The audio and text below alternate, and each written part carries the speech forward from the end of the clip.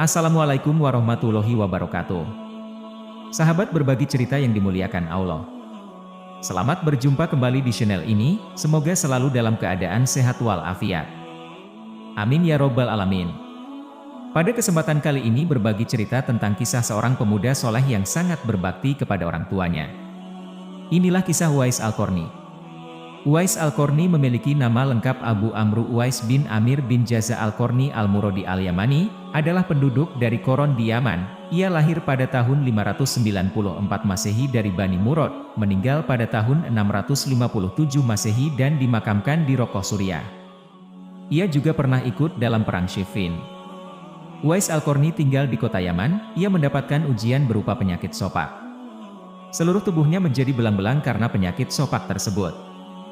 Meskipun ia cacat, namun ia adalah pemuda yang sangat soleh dan sangat berbakti kepada ibunya. Keadaan ibunya sudah tua dan sakit lumpuh, namun Uwais Al-Qarni senantiasa merawat ibunya dengan telaten dan penuh kesabaran. Ia juga berusaha selalu memenuhi semua permintaan ibunya yang lumpuh itu. Namun ada satu permintaan yang belum bisa ia kabulkan dan ia kesulitan untuk memenuhinya. "Wahai anakku, mungkin aku tidak akan lama lagi bisa bersamamu. Tolong, ikhtiarkan agar ibu dapat mengerjakan ibadah haji," ucap ibunya. Setelah mendengar permintaan dari ibunya tersebut, Uwais terdiam dan termenung.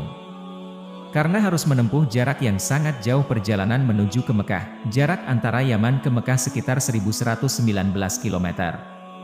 Selain itu juga akan melewati padang tandus yang luas dan sangat panas. Biasanya orang-orang yang hendak pergi ke Mekah selalu menggunakan unta, dan membawa bekal yang cukup banyak untuk persediaan selama perjalanan. Lalu bagaimana Uwais memenuhi permintaan ibunya, sedangkan ia sangat miskin dan tidak memiliki kendaraan untuk menuju ke Mekah? Setelah berpikir cukup lama mencari jalan keluarnya, kemudian Uwais memutuskan untuk membeli anak lembu. Tapi untuk apa Uwais membeli seekor anak lembu itu? Tidak mungkin juga jika anak lembu itu dijadikan sebagai kendaraan ia dan ibunya ke Mekah untuk pergi haji. Dan ternyata Uwais membuatkan kandang di puncak bukit. Setiap pagi Uwais bolak-balik menggendong anak lembu tersebut naik turun bukit. Bahkan ia sampai disebut gila oleh orang-orang yang melihat tingkah lakunya. Orang-orang menganggap bahwa yang ia lakukan itu sangat aneh. Uwais pun rutin setiap hari menggendong anak lembu itu naik turun bukit, tiada hari yang dilewatkan olehnya. Semakin hari, anak lembu itu pun semakin besar dan berat. Sehingga semakin besar pula tenaga yang dibutuhkan Uwais. Namun karena Uwais sudah latihan setiap hari, maka anak lembu yang semakin besar itu tidak terasa begitu berat lagi baginya. Setelah 8 bulan berlalu, dan masuk pada musim haji. Lembu milik Uwais pun beratnya telah mencapai 100 kg, begitupun dengan otot Uwais yang semakin kuat. Ia semakin bertenaga mengangkat barang. Akhirnya orang-orang pun mengetahui, maksud dari Uwais menggendong lembunya setiap hari, ternyata ia sedang latihan untuk menggendong ibunya. Uwais pun menggendong ibunya berjalan dari Yaman menuju ke Mekah. Begitu besar cintanya Uwais terhadap ibunya. Ia rela menempuh perjalanan yang jauh dan tidak mudah itu hanya demi ibunya. Setelah menempuh perjalanan yang sangat jauh, akhirnya Uwais yang menggendong ibunya tiba di Mekah. Melihat perjuangan anaknya tersebut, ibunya pun terharu dan bercucuran air mata bahagia telah melihat Baitullah sebelum ia meninggal. Dan di hadapan Ka'bah, Uwais berdoa, "Ya Allah, ampunilah semua dosa ibuku." Ibunya yang mendengar ucapan doa anaknya itu bertanya kepada Uwais, "Lalu bagaimana dengan dosamu?" Lalu Uwais menjawab, "Dengan terampuninya dosa ibu, maka ibu akan masuk surga. Cukuplah ridho dari ibu yang akan membawaku ke surga." Seketika itu juga penyakit sopaknya sembuh atas izin Allah Subhanahu wa Ta'ala, hanya tertinggal bulatan putih di tengkuknya.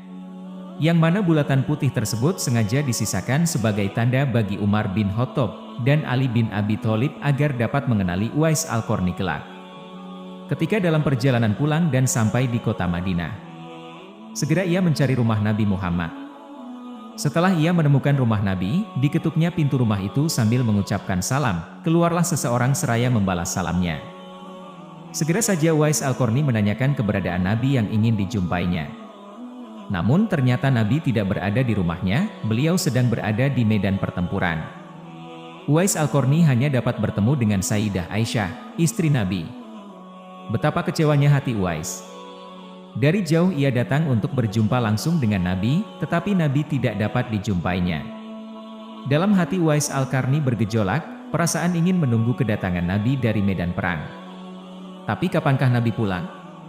Sedangkan masih terngiang di telinganya, pesan ibunya yang sudah tua dan sakit-sakitan itu, agar ia cepat pulang ke Yaman, engkau harus lepas pulang. Akhirnya, karena ketaatannya kepada ibunya, pesan ibunya mengalahkan suara hati dan kemauannya untuk menunggu dan berjumpa dengan Nabi. Karena hal itu tidak mungkin, Uwais Al-Qarni dengan terpaksa pamit kepada Sayyidah Aisyah, untuk segera pulang kembali ke Yaman. Dia hanya menitipkan salamnya untuk Nabi. Setelah itu, Uwais pun segera berangkat pulang mengayunkan langkahnya dengan perasaan amat sedih dan terharu.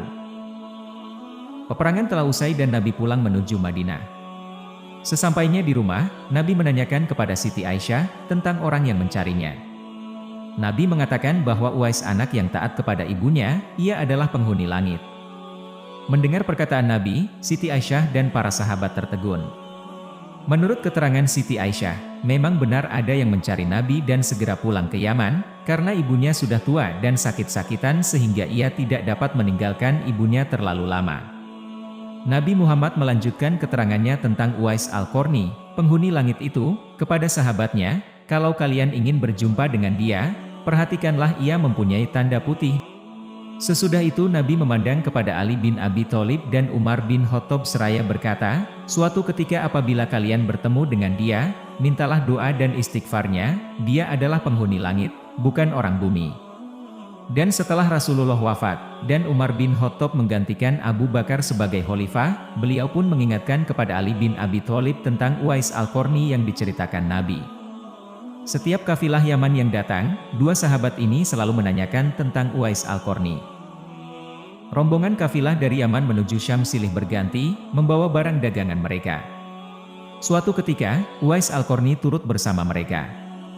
Rombongan kafilah itu pun tiba di kota Madinah. Melihat ada rombongan kafilah yang baru datang dari Yaman, segera Khalifah Umar dan Ali bin Abi Thalib mendatangi mereka dan menanyakan, apakah Uwais Al-Qarni turut bersama mereka. Rombongan kafilah itu mengatakan, bahwa Uwais ada bersama mereka, dia sedang menjaga unta-unta mereka di perbatasan kota. Mendengar jawaban itu, Khalifah Umar dan Ali bin Abi Thalib segera pergi menjumpai Uwais Al-Qarni. Wajah Uwais nampak bercahaya. Benarlah seperti sabda Nabi, bahwa ia adalah penghuni langit. Khalifah Umar dan Ali bin Abi Thalib menanyakan namanya, dan dijawab, Abdul. Mendengar jawaban Uwais, mereka tertawa dan mengatakan, kami juga Abdul, yakni hamba Allah. Tapi siapakah namamu yang sebenarnya? Uwais kemudian berkata, nama saya Uwais Al-Qarni. Dalam pembicaraan mereka, diketahuilah bahwa ibu Uwais telah meninggal dunia. Itulah sebabnya, ia baru dapat turut bersama rombongan kafilah dagang saat itu.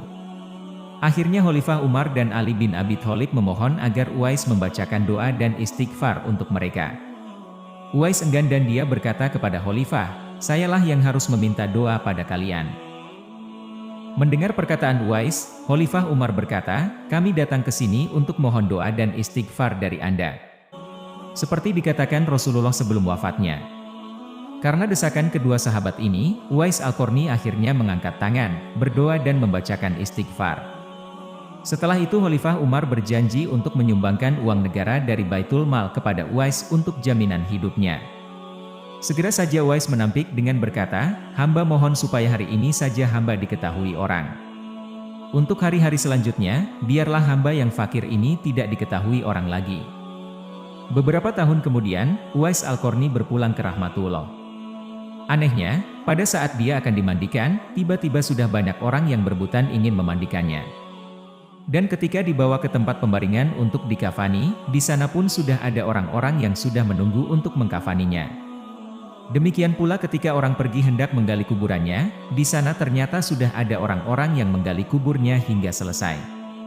Ketika usungan dibawa ke pekuburannya, luar biasa banyaknya orang yang berebutan untuk mengusungnya. Meninggalnya Uwais Al-Qarni telah menggemparkan masyarakat kota Yaman. Banyak terjadi hal-hal yang amat mengherankan. Sedemikian banyaknya orang yang tak dikenal berdatangan untuk mengurus jenazah dan pemakamannya, padahal Uwais Al-Qarni adalah seorang yang fakir yang tidak dihiraukan orang. Sejak ia dimandikan sampai ketika jenazahnya hendak diturunkan ke dalam kubur, di situ selalu ada orang-orang yang telah siap melaksanakannya terlebih dahulu. Penduduk kota Yaman tercengang. Mereka saling bertanya-tanya, siapakah sebenarnya Uwais Al-Qarni ini? Bukankah Uwais yang kita kenal, hanyalah seorang fakir, yang tak memiliki apa-apa, yang kerjanya sehari-hari hanyalah sebagai pengembala domba dan unta. Tapi, ketika hari wafatnya, telah menggemparkan penduduk Yaman dengan hadirnya manusia-manusia asing yang tidak pernah kami kenal, mereka datang dalam jumlah sedemikian banyaknya. Mungkinkah mereka adalah para malaikat yang diturunkan ke bumi, hanya untuk mengurus jenazah dan pemakamannya? Berita meninggalnya Uwais Al-Qarni dan keanehan-keanehan yang terjadi ketika wafatnya telah tersebar kemana-mana. Baru saat itulah penduduk Yaman mengetahuinya, siapa sebenarnya Uwais Al-Qarni. Selama ini tidak ada orang yang mengetahui siapa sebenarnya Uwais Al-Qarni disebabkan permintaan Uwais Al-Qarni sendiri kepada Khalifah Umar dan Ali bin Abi Thalib agar merahasiakan tentang dia. Barulah di hari wafatnya mereka mendengar sebagaimana yang telah disabdakan oleh Nabi, bahwa Uwais Al-Qarni adalah penghuni langit. Sahabat berbagi cerita yang dimuliakan Allah. Begitulah kisah Uwais Al-Qarni, seorang pemuda soleh yang tidak terkenal di bumi, namun terkenal di langit, sosok yang sangat berbakti kepada ibunya, dan itu sesuai dengan sabda Rasulullah ketika beliau ditanya tentang peranan kedua orang tua. Beliau menjawab, mereka adalah yang menyebabkan surgamu atau nerakamu. Hadis riwayat Ibnu Majah. Sekian yang dapat disampaikan, semoga bermanfaat. Mohon maaf apabila ada kesalahan, saya akhiri. Wassalamualaikum warahmatullahi wabarakatuh.